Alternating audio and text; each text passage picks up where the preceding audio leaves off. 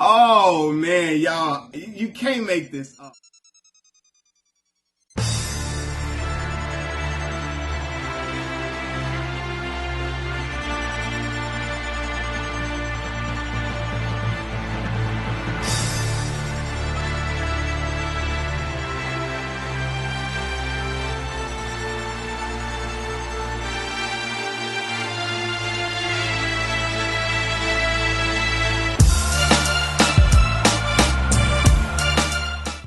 What's going on, y'all? Machiavelli Mills TV. So, the Brooklyn Nets have relieved head coach Steve Nash of his coaching duties, right? Well, they didn't say they relieved him of his duties. They didn't say they fired him. They said that they mutually agreed to part ways.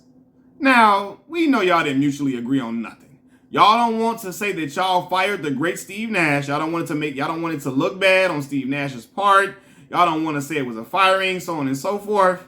Y'all basically came out and said we mutually agreed to part ways when we know it wasn't nothing mutual about it. Y'all were not happy with the status of the team, how atrocious the defense, the team's defense was. Y'all didn't like the fact that Steve Nash couldn't galvanize a group of men. He was not a great leader of men. And so y'all feel like something needed to be done immediately before the season went down the toilet. And I understand that, right? But here's the catch.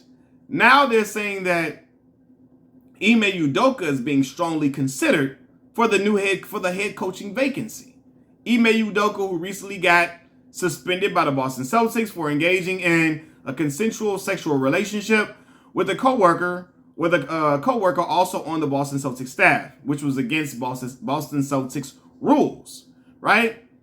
Now, after this situation made headlines, Malika Andrews, talking head host of one of the ESPN programs, she came out and insinuated that the Brooklyn Nets are not holding Ime Udoka accountable for his actions by hiring him to be head coach of their team, right?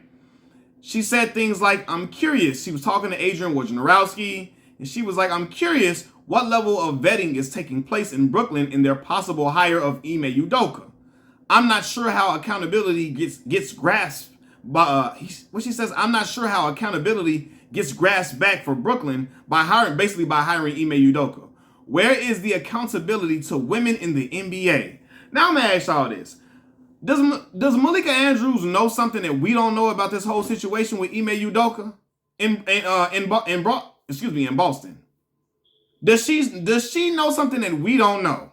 Because the way she talking as if Ime Udoka committed a crime, a heinous crime, all out like a crime of the century, and she's wondering how the hell can he be hired for this, right? She said, where's accountability to women? I'm looking like, what did he do to a woman that was so vile and heinous? I never heard anything in those reports that were vile and heinous to a woman. What did he do to make any woman feel uncomfortable, so on and so forth, or threatened? I'm not understanding. She's talking as if she knows some secret information that has not been let out to the public, you know? And I'm hearing her talk about this. Where's accountability to women? They're not holding him accountable. She's insinuating that the Brooklyn Nets are not holding Ime Udoka accountable. Like, Malika, come on. Come on, Malika. Yes, what Ime Udoka did was distasteful. It was tactless. I'll say that. I'll also say it was inexcusable. However, the brother, he did not commit a crime at all. He didn't commit sexual assault. He didn't commit sexual harassment. He didn't commit any harm to any woman in that organization during his time there.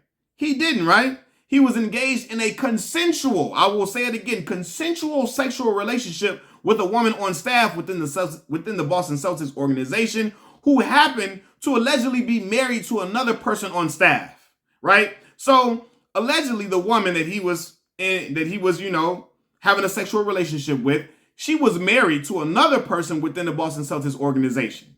And which is why I feel like it was a much bigger firestorm than it should have been in the first place, right? Because they probably respect that other individual, the man that is married to this woman. They highly respect him and they like him a whole lot. And they was like, oh my God, somebody has to be reprimanded, and it should be Ime. Ime should be reprimanded, not even the woman. The woman shouldn't be outed to the public for her for her part that she played in this whole thing, because he wasn't having a consensual relationship by himself. And I'm sorry to say that. Like, you know, her identity was held private, even though there were rumors about who it was and who it possibly could be. That came out, but it never came out officially. It never came out officially. Only Ime's feet was held to the fire, and her identity was not made public. And that was because I believe that woman is married. I think that's the case. And they didn't want to embarrass her husband because they have a lot of respect for him. So they just put Ime on Front Street about it, right? Nonetheless, all right, he did what he did. It was distasteful. It was because I said in the video, brother, you cannot be sleeping with another married person in your organization. That puts your job at jeopardy. It's not smart to do that. You have to be able to control your sexual urges. You know, even when you're getting advances being made on you or whatever, or when a woman is beautiful and gorgeous, you got to stay within your own square. Messing with a woman, okay, that's one thing. And you got a girl, you know, he's not married to Nia Long, but he had a woman. But I'm like, messing with another married woman who is married to somebody in the same organization that you work for, that's dangerous, brother. You got to be smarter than that. It's not a good look in professionalism. So I get that, right? But the way Malika is talking, she don't want Ime to get another chance in the NBA. She feel like, no, we need something needs to be done to that. Where's accountability to women? And I'm like, yo, accountability? Like, what did he do wrong?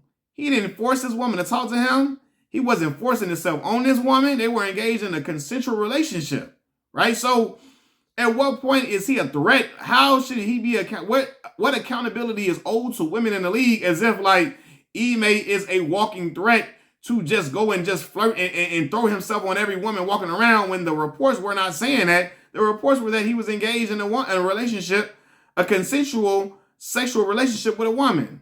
She's making it seem like Ime walking around on his big bad wolf predator vibes, right? And unless she knows something we don't know, that has not been proven, that has not come out to the public. So I'm like, what? She making it like, what is accountability to women? I'm like, what is she talking about? Like, is he going around like flirting and going stepping over the line with every woman in the organization? And like that never came out. So I'm not understanding why is she so hung up on it like this, right?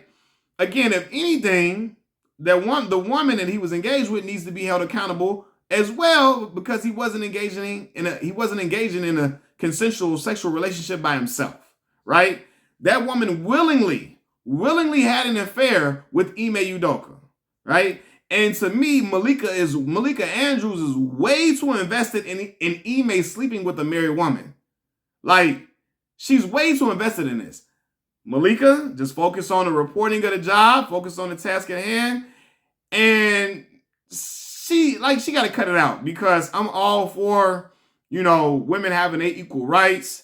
I'm all for women being treated fairly and properly and all that. As a man who respects women that was all around me growing up, as a man who is a father of a daughter, right? I'm all for women being treated equally and fairly and not being harassed and so on and so forth. But that wasn't the case in this situation. She wasn't harassed. She wasn't made to do something she didn't want to do. She willingly engaged in an affair with Ime Udoka. So Malika got to stop this whole fake woman empowerment trip that she's on. She's on this fake woman empowerment trip to say that the woman needs to be outed. Yeah. You know what I'm saying? Because Ime wasn't doing them by herself. For all we know, she could have pulled up on Ime. We don't know. But she could have been shooting a shot at Ime and could have been coming at him hard for a while. And then he was like, okay, let's get it popping. Right? We don't know how it took place or how it went down. You know, but Malika is out here making it seem like Ime should just never be given a second chance at all. And listen, man, everybody deserves, almost everybody deserves a second chance in America, especially when a person didn't commit. Bro, like even certain criminals deserve second chances, right? I don't believe criminals like rapists and child molesters and stuff deserve second chances. But other than that, criminals deserve second chances. You know, a lot of and he didn't commit no crime.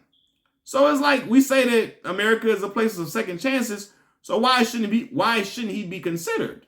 You know, now I know that brother has learned his lesson after all that stuff fell out, and how he probably potentially may have lost his family his woman Nia Long, and he got a child with her. He may have disrupted his family because of his philandering ways or whatever.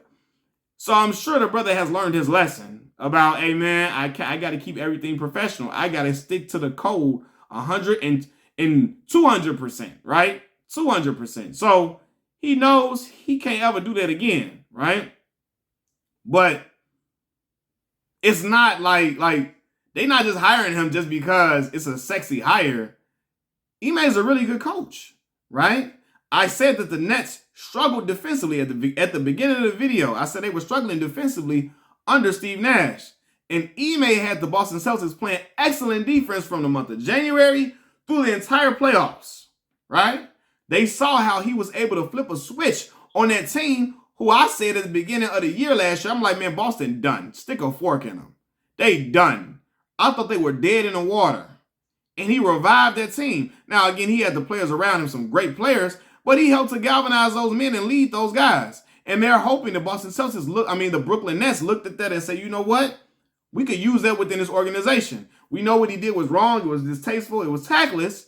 But we're going to have a conversation with him about how he has to carry himself within this organization, how he has to conduct himself on a day-to-day basis when it comes to these relationships with women on the team. But Ime got suspended by the Boston Celtics. The Brooklyn Nets, he's not under suspension with them. He didn't violate their team rules over there. So they're looking like, man, listen, this is a win. This is a league that's about wins and losses, right? They got to show something for Kyrie Irving and Kevin Durant being in Brooklyn. They got to show a championship for that. They got to be able to try to make a championship run, right? Now, again, Kyrie Irving is having a whole different situation right now currently. You know what I mean? But nonetheless, man, they brought those guys there to be able to make a championship run. It was not going to happen under Steve Nash's watch. Some people feel like Steve was a scapegoat. He may have been for certain things, for sure. But make no mistake about it, Steve is not an excellent coach. He wasn't. He wasn't a guy that really be a leader of men to me. Great Hall of Fame player, but every Hall of Fame player is not a great coach. Some of the greatest coaches in the game did not play in the NBA. Some of them did not play at the highest level. Some of them were bench warmers or what you would consider journeymen in the NBA. And they make the best coaches because they can analyze talent on a different level because maybe they didn't reach that pinnacle. So they understand guys who can get there and guys who can't. They understand how to coach certain guys, how to play to certain guys' strengths and weaknesses because they had some of those things within their own. They underwent that type of coaching during that time period, especially with not being the best player on the team. So I think Ime would do great in Brooklyn. Being honest with you, I really do. Now, we're going to see if they're actually going to hire him, but Malika Andrews has got to cut it out. She got to stop this whole fake women empowerment thing and acting as if Ime, like he just committed the most, he violated a woman. When he did no such thing. He didn't violate a woman at all. A woman broke her vows in her marriage. Ime was dating a woman. He cheated on his woman. And it was what it was. They had a consensual relationship. But he shouldn't be thrown under the bus and never given a second chance for cheating. Like, nah, bro. We're not going to do that. Machiavelli Mills TV, I'm out. Peace.